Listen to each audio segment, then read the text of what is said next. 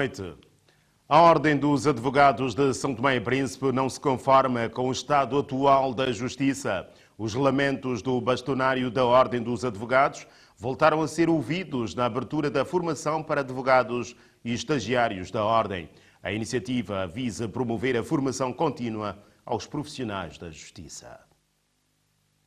Com o objetivo de formar continuamente aqueles que estão a serviço da Justiça são-tomense, a Ordem dos Advogados, em parceria com o PNUD, leva a cabo esta ação de formação. Esta formação faz parte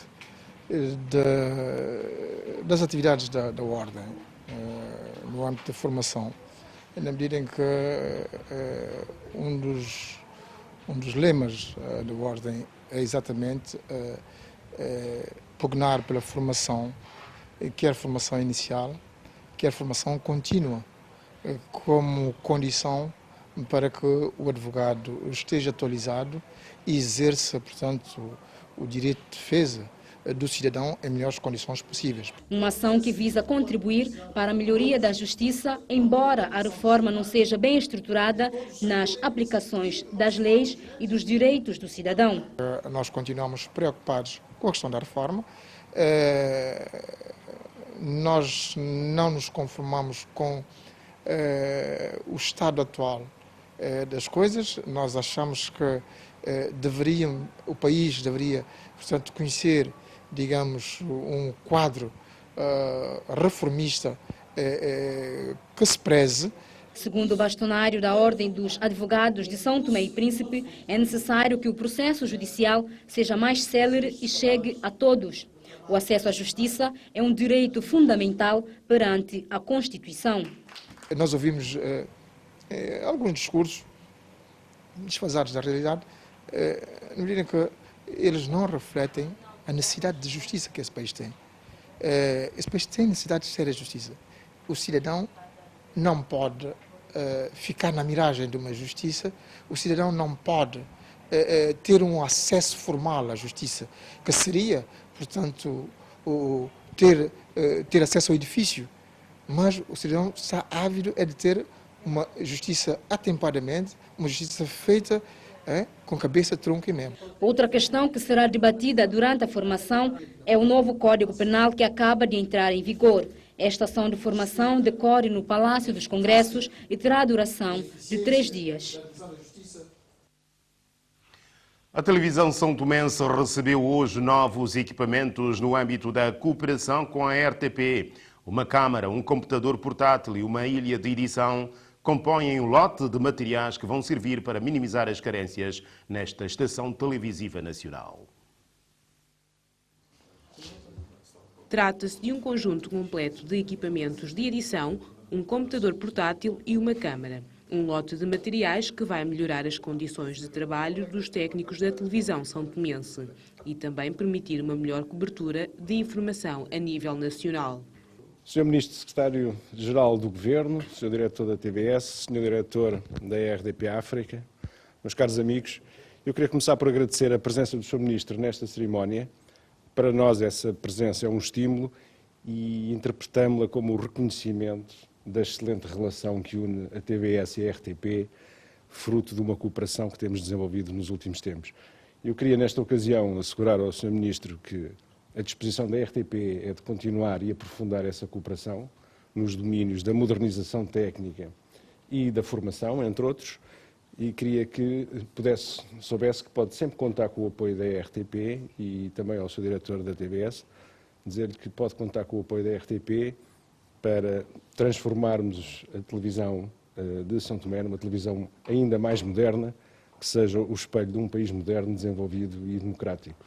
Aquilo que nós recebemos hoje insere-se, portanto, nesse espírito de cooperação que vimos mantendo, apesar das crises, apesar portanto, de todas as vicissitudes que os nossos países conhecem, mas a colaboração da RTP tem sido permanente, tem sido profícua, e quando eu refiro-me à cooperação, eu quero dizer-me a colaboração que temos inclusive com a RTP África, ou seja, a delegação da RTP aqui em São Tomé e Príncipe, que em inúmeras ocasiões prestou-nos ajuda, auxílio importante na ligação com a Ilha do Príncipe e mesmo aqui em São Tomé e Príncipe. Por isso, para nós, isso insere-se num processo de continuidade, visando a melhoria desse serviço, do nosso serviço público de televisão, e responde a uma necessidade que já me falou o senhor diretor, que pretendemos, portanto, para o ano, melhorar os nossos serviços, alargar portanto, o nosso tempo, eu diria, de antena e expandirmos para as outras áreas, para que a televisão seja, de facto, um instrumento de produção de cultura, de valor, de coesão social. Segundo o diretor da TVS, Oscar Medeiros, estes equipamentos chegam numa altura em que a televisão pretende alargar e diversificar a sua grelha de programação. Primeiro, para agradecer sinceramente este gesto da RTP no quadro da cooperação que vem tendo com a TVS, e para também dizer que esses equipamentos chegam em muito boa hora, numa altura em que nós pretendemos alargar e diversificar ainda mais a nossa grelha de programação, e eles chegam em muito boa hora. Nós temos, como é óbvio, muitos desafios aqui na televisão, e um deles é a questão da formação. Nós também contamos com o apoio da RTP para resolvermos este problema de formação aqui na TVS. De resto, dizer que pretendemos dar um bom uso deste equipamento, de forma que ele possa servir a TVS durante longos anos. A cooperação entre os dois serviços de televisão pública é para manter e abrangerá áreas de formação e de modernização técnica. Várias centenas de jovens concorreram para beneficiar de financiamento no âmbito do projeto de empreendedorismo. O governo anunciou que estão disponíveis cerca de $500 mil, mas considera que é necessário definir critérios para facilitar a atribuição de créditos para financiar os referidos projetos. Cerca de 800 jovens estão inscritos no Instituto Nacional da Juventude, com o objetivo de se transformar em empreendedor e contribuir para o desenvolvimento da economia nacional. Estes jovens estiveram reunidos no 2º Congresso dos Empreendedores Santomenses.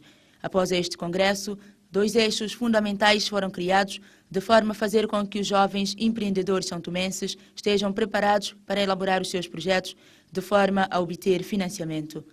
Primeiro é que ficou-se a perceber que os jovens precisam ser orientados. E com esse congresso temos que promover outras atividades de ajudar os jovens a filtrar a ideia, com ideia de negócio, mas precisa ser acompanhada e selecionada. Só assim ele pode ter a garantia de que o seu projeto poderá ter pernas para andar. Eu acho que esse congresso veio levantar essas dificuldades que são enormes na elaboração do projeto, na identificação de ideia, nas oportunidades. Então precisamos ter um ambiente para poder ajudar os jovens nessa situação. Em segundo plano, podemos avançar mais, eu acho que temos necessidade de criar um centro de incubadora de ideias dos jovens. Eu acho que esse congresso veio nos dar essa visão, que nós podemos agora, vamos ver junto ao governo o que é que nós podemos partilhar essa experiência e pôr estas ideias em funcionamento. Segundo o governo, estão disponíveis no Afriland First Bank cerca de $500 mil para financiar projetos de jovens empreendedores. Está a aumentar o roubo de animais no país. Só na última sexta-feira, 33 borregos foram roubados na propriedade do advogado Adelino Isidro. O criador fala de um prejuízo avaliado em cerca de $100 milhões. É das maiores baixas de ovelha que Adelino Isidro teve este ano. Dos 36 carneiros que possuía, apenas 13 escaparam com alguma lesão da mão do ladrão na última sexta-feira. 36 foram alvo de uma emboscada quando saíram para comer e, em consequência, hoje o curral do advogado na zona de Potó está praticamente vazio. Na sexta-feira saíram e não regressaram. Procuramos por todo esse mato, por todo lado, por todos os vizinhos, não encontramos. E esta manhã é que apareceu um animal todo ferido, todo esfaqueado, assassinado, e mais 2 ovelhas conseguiram com certeza que naquele ambiente eles conseguiram safar. Quantas ovelhas tinha? Neste momento, eu tinha 36 ovelhas e neste momento só ficaram 3, digo duas porque duas que estão em condições. A situação do roubo é uma prática frequente na parcela de terra do advogado Adelino Isidro, que, aliás, já foi parar na cadeia devido a um incidente que o guarda da sua propriedade teve com um cidadão. Por isso, sente-se intimidado em tomar alguma atitude com o ladrão, que, na sua opinião, tem sido protegido pelas autoridades. Poucas pessoas têm incentivo, têm coragem para desenvolver alguma coisa, porque o roubo está generalizado. O roubo está generalizado a todos os níveis. A todos os níveis. E não há garantia, não há segurança nenhuma. As autoridades judiciais não tomam medida, algumas vezes até protegem os ladrões. Eu fui vítima, já fui vítima de alguém que entrou na minha propriedade, roubou, ele foi apanhado, foi alvejado pelo guarda. Quer dizer, todo um conjunto de situações que leva as pessoas a desanimarem-se por completo. Como os senhores viram, esse quintal todo está abandonado. E não estava aí. As pessoas entravam aqui e ficavam encantados. Pelas contas do proprietário, o prejuízo do roubo da última sexta-feira ronda os 120 milhões de dobras. O caso está a ser investigado pela Polícia de Investigação Criminal PIC. Terminou hoje a ação de formação sobre a violência doméstica destinada aos técnicos do Centro de Atendimento às Vítimas da Violência Doméstica, advogados, profissionais de saúde e das forças de segurança. Foram cerca de 45 técnicos de várias instituições que durante uma semana participaram numa ação de formação em matéria sobre a violência doméstica no país. A violência doméstica tem sido um flagelo no mundo inteiro e São Tomé e Príncipe em particular. Daí a necessidade de todos tentarem sanar este flagelo. Por isso, estão agora munidos de maior ferramenta para combatê-la. A ferramenta que vocês receberam hoje, espero que saibam utilizá-la e multiplicá-la para que outras pessoas, outros companheiros do vosso sector de trabalho possam também fazer uso da mesma, de modo que nós todos unidos possamos lutar contra a violência doméstica. O ato de encerramento ficou marcado também pela entrega de certificados aos participantes. O Instituto Superior Politécnico acolheu esta tarde uma palestra sobre o Dia Africano de Estatística, celebrado este domingo. O evento, organizado pelo INE, em parceria com o Instituto Nacional para a Promoção e Igualdade do Gênero, visou divulgar a importância desta data, bem como da estatística baseada no gênero. Este domingo foi celebrado o Dia Africano de Estatística.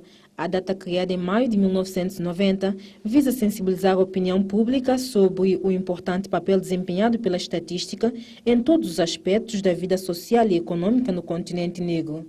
Para disseminar os objetivos que nortearam a institucionalização desta data, o ISP foi palco esta tarde de uma palestra, uma iniciativa do INE em parceria com o Instituto Nacional para a Promoção da Igualdade e Equidade de Gênero. Este ano o lema é estatística com base no gênero, para sabermos que participação tem tido cada mulher e cada homem nos afazeres do desenvolvimento.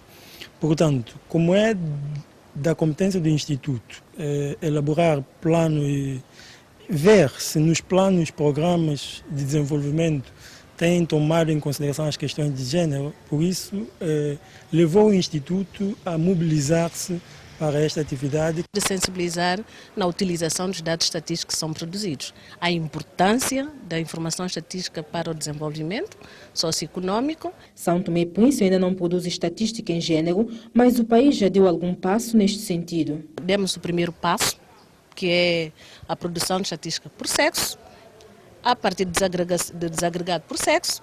A partir de agora nós temos que ter formação, porque isto é um assunto novo, nós temos que ter formação para incorporarmos, para integrarmos essa questão de género nas estatísticas que nós produzimos. Mas para quando essa formação? O que é que se pode fazer? Essa formação, um programa que começou este ano, durante 6 anos, até 2018, nós estamos submetidos, portanto, às orientações da União Africana, do BAD, são eles que vão conduzir, portanto, todo esse processo de formação. Espera-se que, de facto, dentro de 6 meses, o país possa começar a fazer a estatística em gênero. Está tudo dito. Boa noite.